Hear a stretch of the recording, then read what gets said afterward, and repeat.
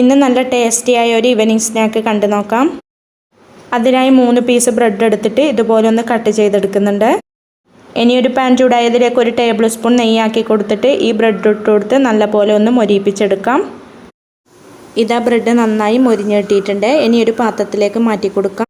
ഇനി ഒരു ബൗളിലേക്ക് 4 മുട്ട പൊട്ടിച്ചതും 1/2 ടീസ്പൂൺ ഉപ്പും കൂടെ ചേർത്ത് കൊടുത്തിട്ട് നല്ലപോലെ അടിച്ചെടുക്കാവുന്നതാണ്. ഇതുപോലെ നന്നായി അടിച്ചെടുത്തതിന് ശേഷം ഇനി ഇതിലേക്ക് 1/4 കപ്പ് പാലും കൂടെ ചേർത്ത് കൊടുത്തിട്ട് ഒന്നുകൂടി നല്ലപോലെ അടിച്ചെടുക്കാവുന്നതാണ്.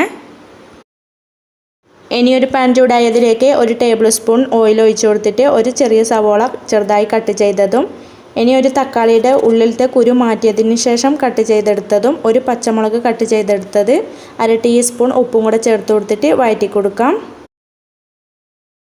ഇനി ഇതിലേക്ക് 1/4 ടീസ്പൂൺ ചെറിയ ജീരകത്തിൻ്റെ പൊടിയും 1/2 ടീസ്പൂൺ ചിക്കൻ മസാലയും കൂടെ ചേർത്ത് കൊടുത്തിട്ട് നല്ലപോലെ മിക്സാക്കി കൊടുക്കാം.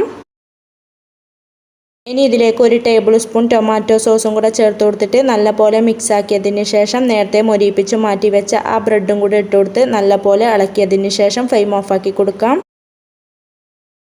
ഇനി ഒരു സോസ് പാൻ ചൂടായതിലേക്ക് അല്പം നെയ്യാക്കി കൊടുത്തിട്ട് ഈ ബ്രെഡിൻ്റെ മിക്സ് ആദ്യം ഇട്ട് കൊടുത്തിട്ട് നല്ലപോലെ ഒന്ന് നിരത്തി കൊടുക്കാവുന്നതാണ്. ഇനി ഇതിൻ്റെ മേലെയായി നേരത്തെ അടിച്ചു മാറ്റി വെച്ച ആ മുട്ടയുടെ മിക്സ് എല്ലായിടത്തും എത്തുന്ന രീതിയിൽ ഇതുപോലെ ഒഴിച്ചു കൊടുക്കാവുന്നതാണ്. ഇനി ഇതിൻ്റെ അടിയിൽ ഒരു പഴയ പാൻ വെച്ച് കൊടുത്തിട്ട് ലോ ഫ്ലെയിമിൽ അടച്ചു വെച്ച് വേവിച്ചെടുക്കാവുന്നതാണ്. ഇതിപ്പോൾ നന്നായി കുക്കായി വന്നിട്ടുണ്ട്. ഇനി ഇതിൻ്റെ മേലെ കുറച്ച് ചീസും കുറച്ച് ചില്ലി ഫ്ലേക്സും ഇട്ട് കൊടുത്തിട്ട് ചീസ് ഒന്ന് മെൽറ്റായി വരുന്നവരെ ഒന്ന് അടച്ചു വെച്ച് കൊടുക്കാം.